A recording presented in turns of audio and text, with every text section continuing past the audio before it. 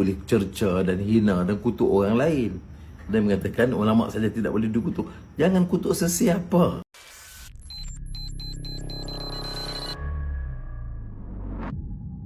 Ustaz PAS ni saya anggap agak keterlaluan. Tak payahlah kita bergaduh dalam soal ini sebab menjatuhkan hukum tanpa meneliti. Seperti mana di Kupas dulu banyak kitab-kitab lama juga ya. Ada yang mengatakan ini zaman Nasara, termasuk Ibn Kathir. Ada yang tidak bersetuju ya. Jadi saya hanya menyinggung tanpa mengatakan ini satu konteks yang sahih selain daripada kupasan Quran.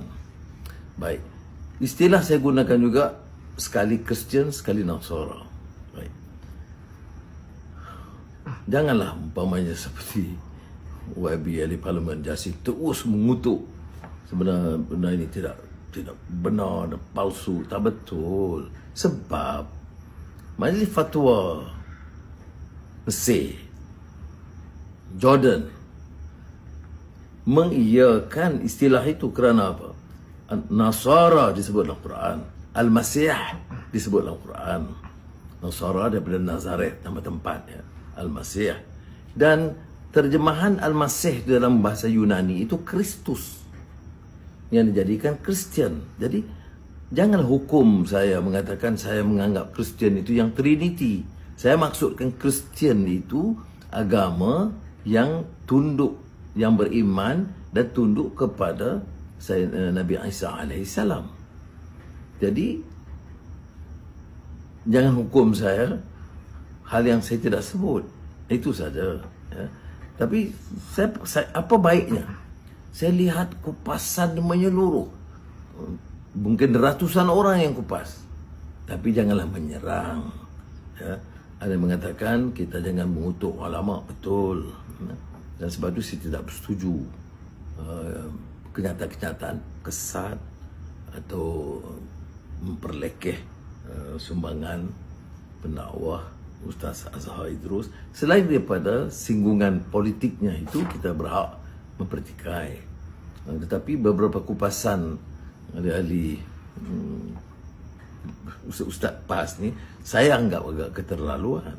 Tak payahlah kita bergaduh dalam soal ini sebab menjatuhkan hukum tanpa meneliti ya. Mungkin lulusan Azhar betul, tetapi tidak semestinya tepat kupasan itu ya. Banyak hujah-hujah yang dikemukakan.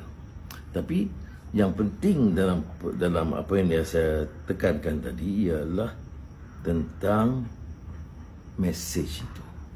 Dan saya harap dengan satu budaya wacana yang baik, hentikan daripada kutukan, termasuk pada Ustaz Azhar Idrus atau pada sesiapa yang lain ya.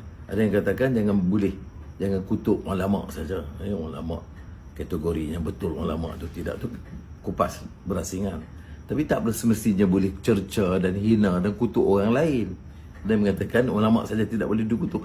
Jangan kutuk sesiapa ya. Ulas dengan baik dan berhak tidak bersetuju. Ya betul.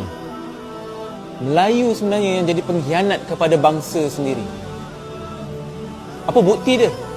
Sejarah telah menunjukkan bahawa bangsa Melayu sendiri yang menjadi tali barut kepada penjajah sehingga runtuhnya Kota Melaka yang merupakan sebuah empayar Melayu Islam yang terbesar di kawasan Asia Tenggara ini suatu ketika dahulu.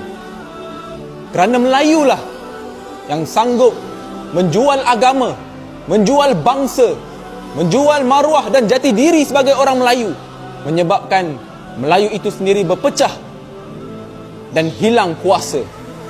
Lebih 500 tahun kita dijajah, menjadi hina di tempat tanah kelahiran kita sendiri.